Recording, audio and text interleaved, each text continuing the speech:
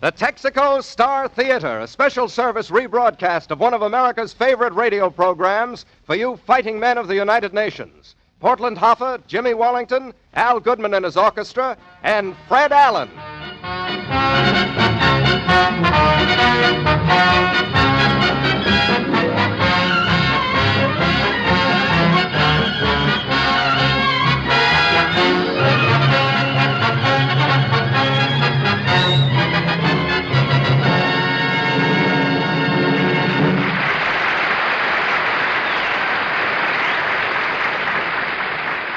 Ladies and gentlemen. What is this? Ad-libbing, huh? Ladies and gentlemen, this afternoon, New Yorkers held their traditional Easter parade on Fifth Avenue. Tonight, we bring you a man who was seen at the Easter parade selling gardenias. And here he is, Fred Allen.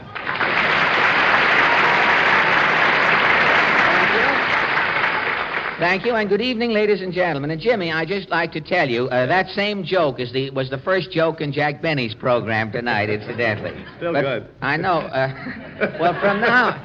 No, it isn't. It's not really. It wasn't even good on his program. I don't know. But from now on, fortunately, the program is different from here on in. And, Jimmy, I wouldn't talk about the Easter parade if I were you. I saw you in the parade this afternoon. Oh, brother.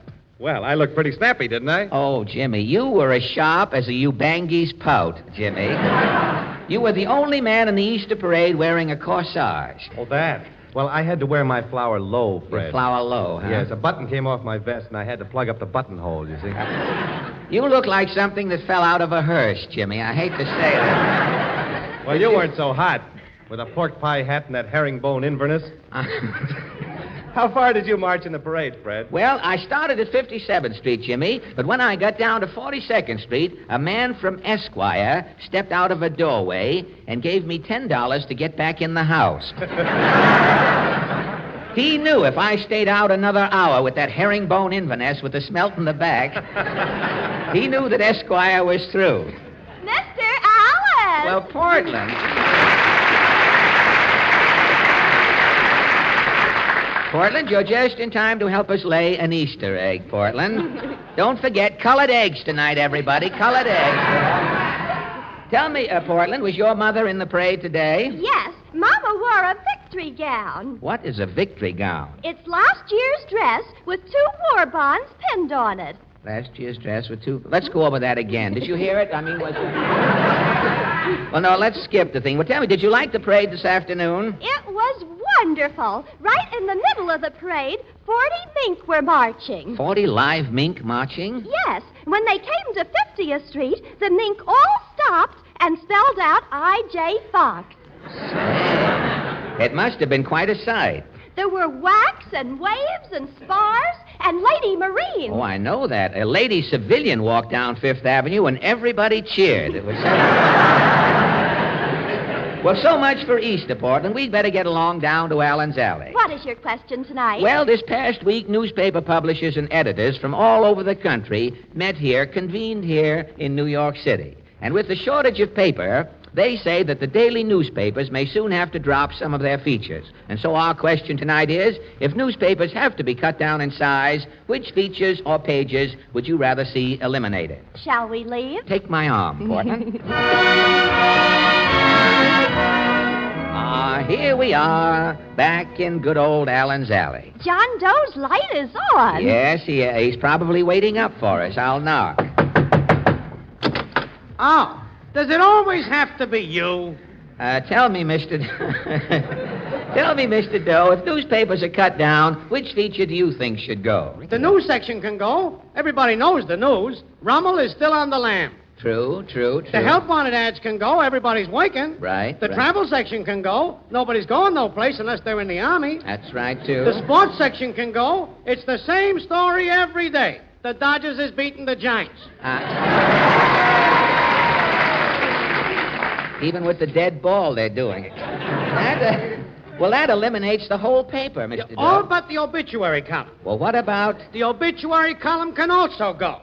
If you're dead, nobody cares but you, and you can't read it. So long. Well, Now that John Doe has eliminated completely the Fourth Estate, let's see how the lady next door feels about it. No. Mrs. Nussbaum, what part of your newspaper would you suggest eliminating? Prudence Pincus could go. You mean the cooking expert who has her daily recipes in the paper?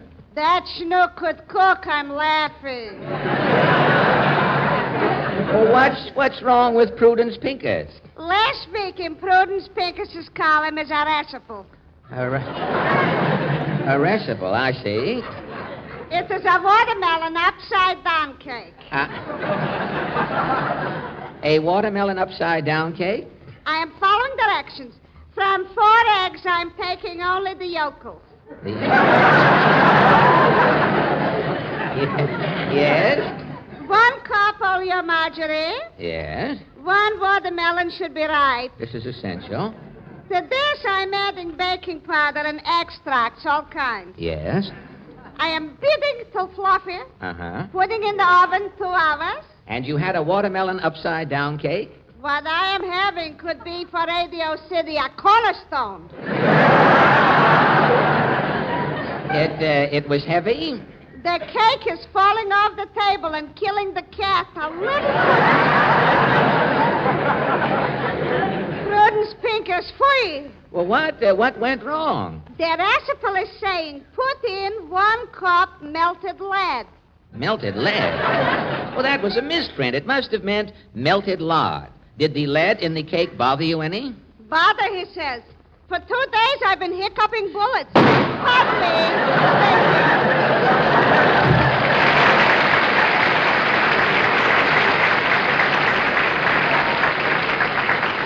Well, Mrs. Nussbaum has shot off her mouth. Let's see how Mr. Mulligan will react.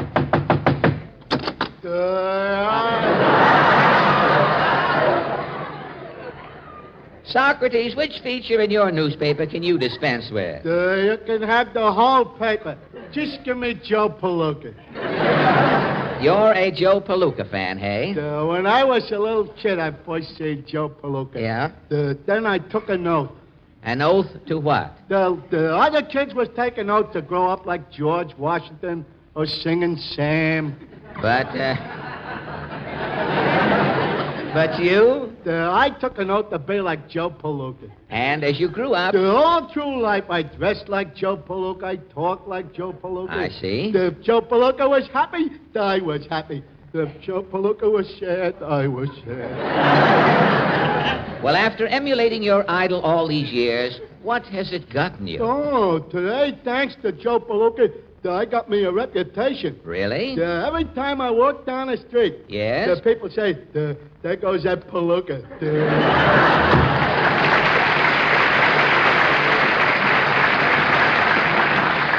Well, again, we come to the end of the alley. Let's try here.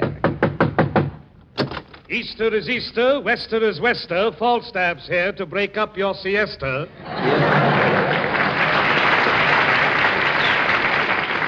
You have someone's whistling. Evidently lost a dog in here. Let's. You have some maybe a dog is whistling for somebody. You have some seasonal poems tonight. Troubadour, Open Shore. A Crambo or two. A Crambo or Yes, two. have you heard? I left my hat at the stage door canteen when they caught me tilting the pinball machine. No, I don't think so. Or when they looked me up in Brad Street, I knew that I was done. This is immaterial, irrelevant, and beside the point in your ration book, Falstaff. Tonight we are discussing cutting down newspapers. Precisely why I am here. I have written a poem. What is your newspaper poem called? It has no title. Oh, it hasn't? How does it go? Everyone reads a paper, has a totally different view. The section that absorbs one man won't mean a thing to you. The banker wants only the market reports. A kid will cry for Buck Rogers. The debutante reads the society news. A ball fan wants news of the Dodgers. The armchair general wants word of the war. A horse player results from all tracks. The undertaker gloats all the obituary page. The housewife wants ads about slacks. But give me a newspaper just as it is, after it's been read by the bunch. One page is the same as another to me. I just use it to wrap up my lunch.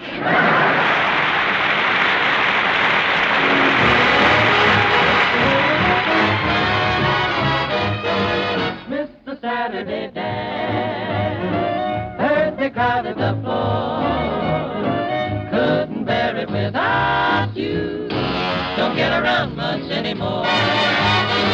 All that visits a club got as far as the door.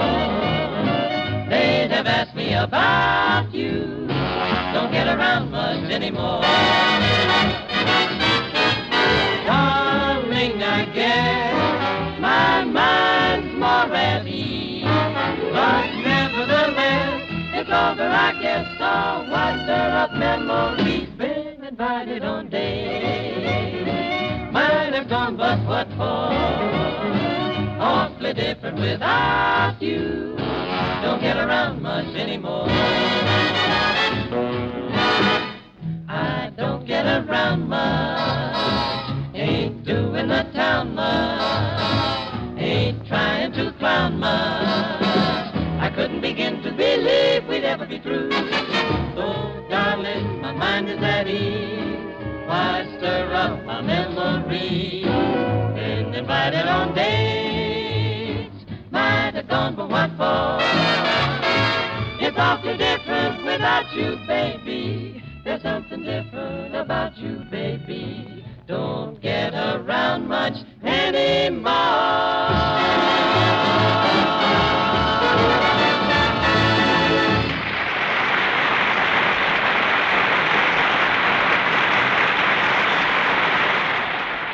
And now, is this magazine for me, Portland? Yes. It's a copy of Newsweek in case you want to make up some jokes. Oh, topical jokes. That's a good idea. What's in the news this week? Well, President Roosevelt just finished a trip to Mexico. I know. You know, the day the president left, 200 people tried to break into the White House. Why? Well, word got around that there was an empty room in Washington.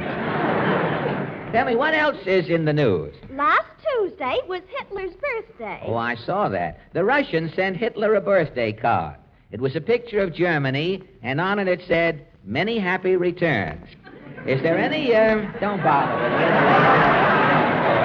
it. Is there any other news? Well, isn't it time for our guest? Well, we haven't any guest tonight, Portland. I haven't had time to look for a guest all week. I've been busy packing up to move. I'm as tired as an air raid warden in Berlin. Have you found... Now, wait a minute. Wait, we go 20 minutes without a laugh, and when one comes...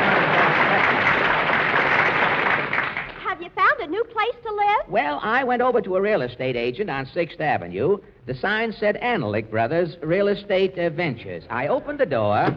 A man in a long alpaca coat who was sitting on a camp stool got up and said... Yes, sir. What's on your mind? Well, my name is Alan. I'm looking for an apartment. Apartments are scarce, brother. I only have a one-room suite. It's $400 a month.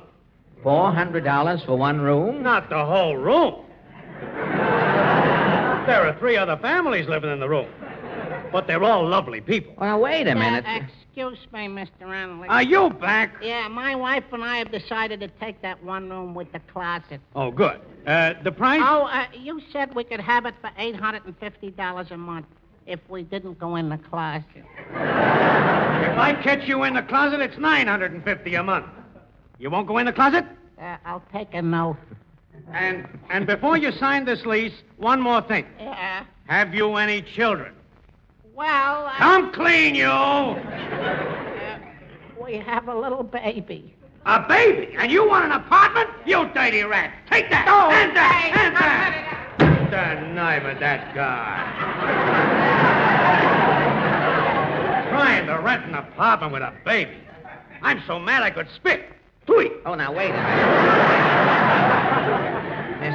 What about my apartment, Mr. Analyk? Well, we're having some fire escapes upholstered. But they won't be ready till the paint dries. Oh, wait a minute. A guy come in a minute ago. He wants to rent his house. Come over here, Bud. Mr. Allen, meet Bela Lugosi.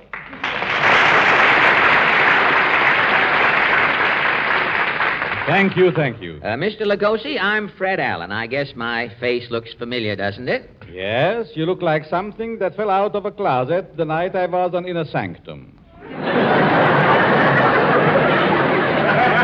Well, I knew you'd remember me. You know, the last time I saw you here in New York, you were a big hit in that play, Dracula. Yes, Fred. That was back in 1927. I've been in Hollywood ever since. Well, how come you're back from Hollywood now? Did they catch you shoplifting in a blood bank out there? No, I'm here to do a revival of Dracula. I just finished Frankenstein Meets the Wolfman for Universal. Another musical, hey? Tell me, how does it feel, you fellas in the horror business, how does it feel to go into a theater and hear people hissing you on the screen? Hissing to an actor who plays monsters is applause. Well, I guess that's right. They say that one night Boris Karloff was in the Stork Club, a radiator started hissing, and Karloff got up and took 4 bows. Yes. When people stop hissing Karloff and me, we'll be through. Oh, yes. And when people start hissing me, I'll be through. And it could happen tonight, Mr. Lugosi. Thank you very much. Thank you. With your face, Fred, you can always go into the monster business. Well, that's fine. I'll know where to scare up a job from now on. Well, tell me, Mr. Lugosi, how long will you be in New York? I'm leaving next week to open my play, Dracula, in Boston. Uh-huh. I came to this real estate office to sublease my house. Well, I'm looking for a place, Mr. Lugosi. Now, perhaps we can make a deal. May I see your house? Sure. Here is the address. Drop up this afternoon. Fine. If I am not home. I thought you'd left for home.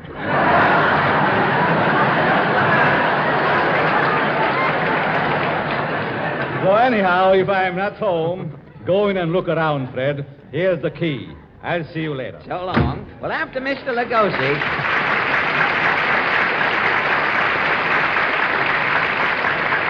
After Mr. Lugosi had gone, Portland... Yes? I looked at the key to his house.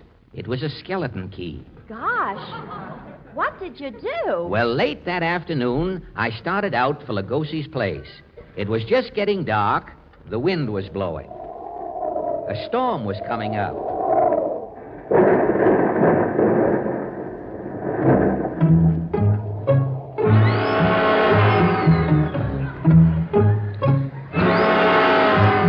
After walking about an hour, I finally found Lugosi's house.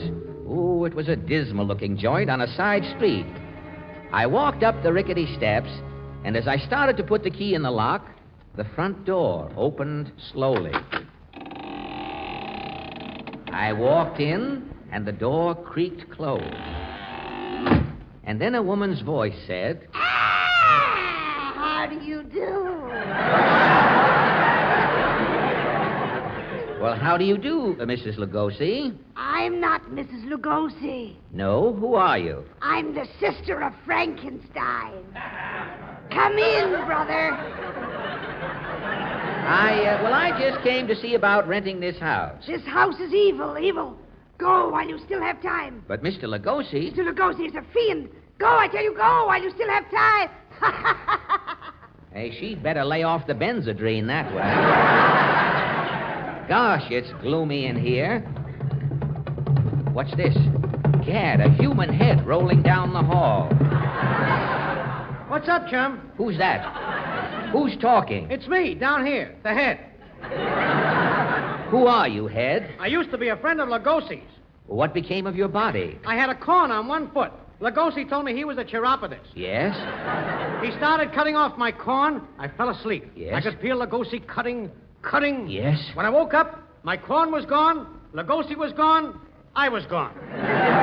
You were gone? All but my head. Gad, Lugosi must be mad. Lugosi's mad. How do you think I feel? I know. Well, chum, I gotta get along. Stop me rolling, will you? In what direction? Which way is we the people? It's over this way. I'll give you a head start. Here we go. Gad, this place is spooky. Who are you? I am a lady ghost. I'm releasing a man ghost for essential haunting. Whose ghost are you? I'm I'm the ghost of Joe Besser. Joe Besser? Yes, I came here to spook for Joe. Ooh. Woo! I'm getting out of here. Ah, here's a door. No, it's a closet. Somebody's in here. Who is it? Lugosi. Yes. Lugosi. Gosh, for a minute I was scared, Bela. What are you doing in this closet? I was just hanging something up. I